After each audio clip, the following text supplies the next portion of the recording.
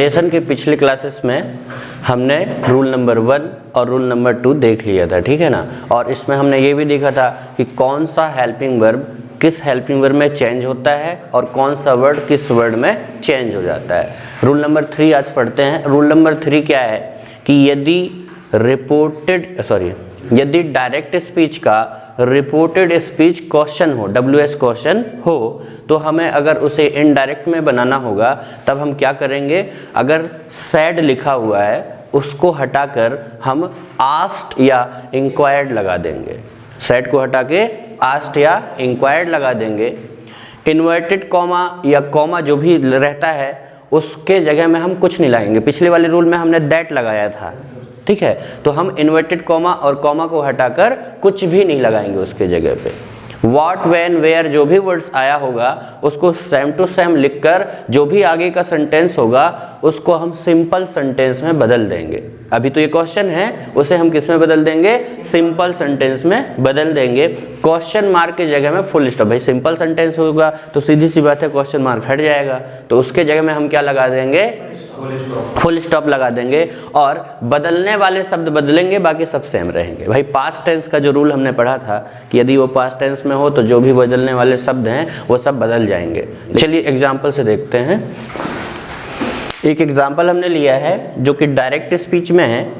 He said to me where are you going. तो rule क्या है कि यदि डायरेक्ट स्पीच का रिपोर्टेड स्पीच क्या होता है, इन्वर्टेड कॉमा के अंदर वाला, और रिपोर्टिंग क्या होता है, कॉमा के पहले वाला।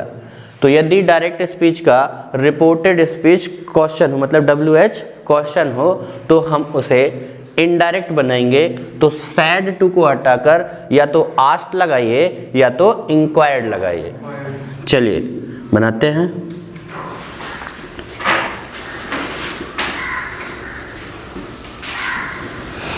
हमने सेड टू को हटाकर आस्क्ड लगा दिया।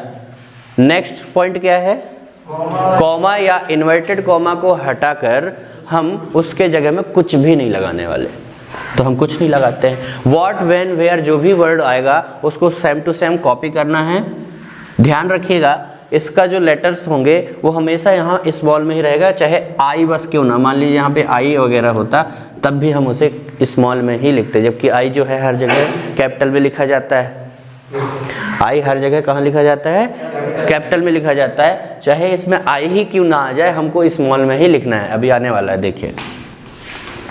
तो वेयर का वेयर,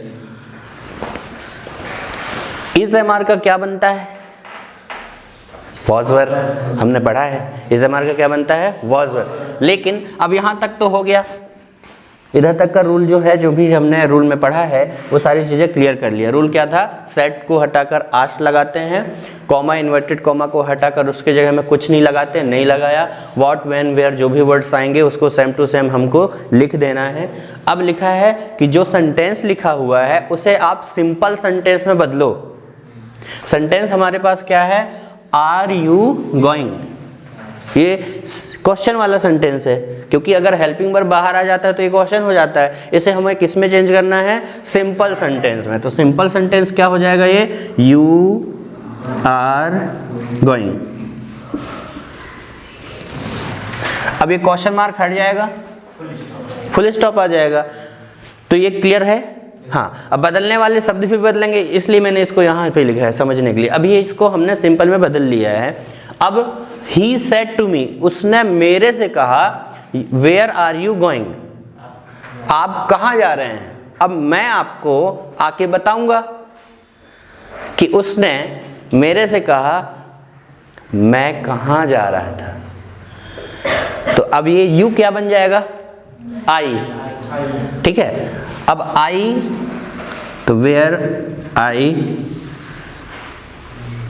इज एमआर का क्या बनता है, was going.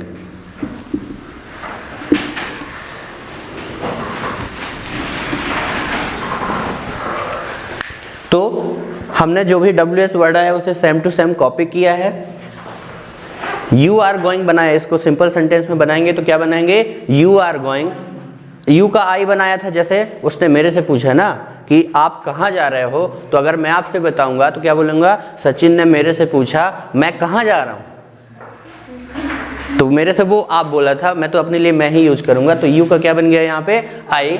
Is M R का वॉज वर्ब बनता है पास्ट टेंस में चेंज करने का हमने देखा था, और गोइंग का गोइंग। तो इस तरीके से हमने क्या बनाया, he said to me where are you going का इनडायरेक्ट क्या बना, he asked me where I was going. I को हमने स्मॉल में ही लिखा है क्योंकि रूल ये है कि रिपोर्टेड स्पीच का जो भी वर्ड्स होंगे उसे इनडायरेक्ट बनाते समय हर वर्ड आपके स्मॉल में ही होंगे। Understood all?